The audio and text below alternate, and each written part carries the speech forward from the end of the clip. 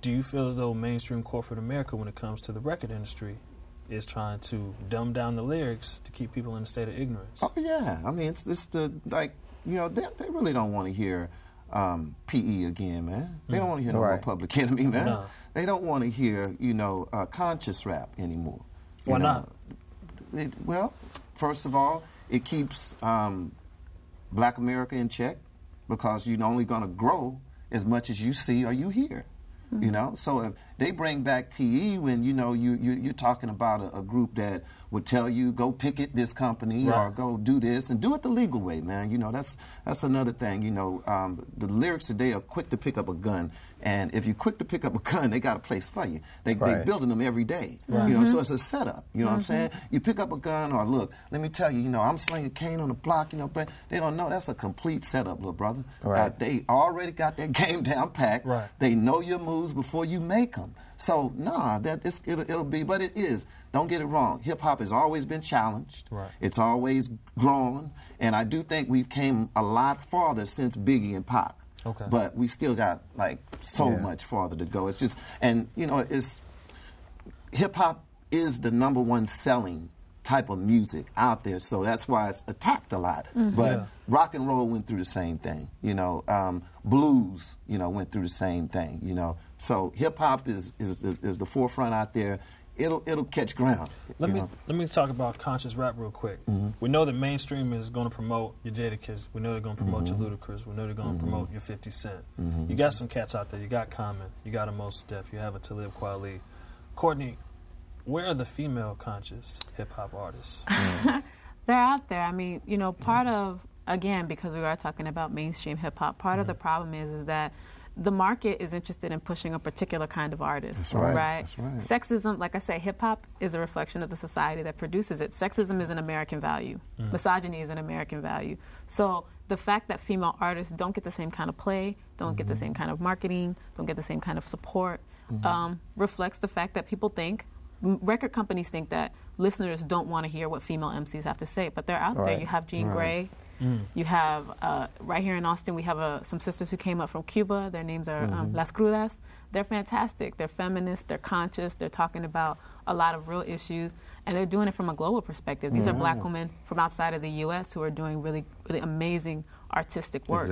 I mean, they're just so Bahamadia. There's so many. So you rattled off a lot of names. If I'm watching this, or if I'm tired of hearing what's on the radio every day, where can I go to find a Jean Grey? Where can I go to find these other artists that aren't always talked about mainstream? Well, I would say that I think one of the most important things, and I'm glad that you have D Solo on the show here, is look in your own community. There are a lot of women doing really amazing, beautiful, positive work in their communities as organizers. They're doing work as artists, as graffiti writers, as dancers, as B-girls, as well as MCs, as DJs. We have a number of women in Austin who are also doing things, and I think that part of the work of making hip-hop more positive and something that we can all be proud of is going back to the community and not looking to record companies or the big names to, you know, to have role models. But those people are right here in our community doing really great work. Back that way, you know, and it's right here where we live. The music, where we go to school and work. They're forcing us back that way because now distribution is such a big thing now, you know. And to add to that, Christian rap, man, there's a lot of good Christian rap out there, man. You know, how many times are we gonna hear? You think you'll hear another Jesus Walks?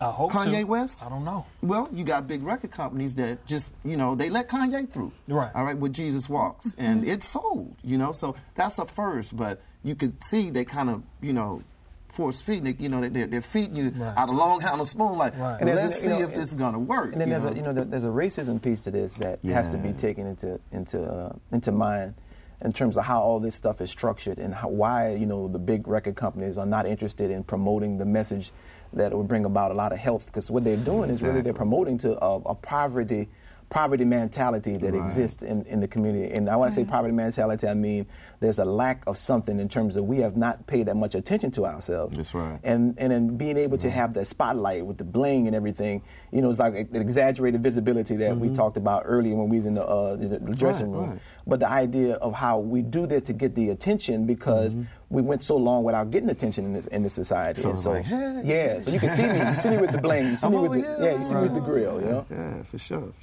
And I love a certain amount of bling myself, but I understand what's behind it. Right. I have a video showing we're like a melting pot for whatever happens in the community.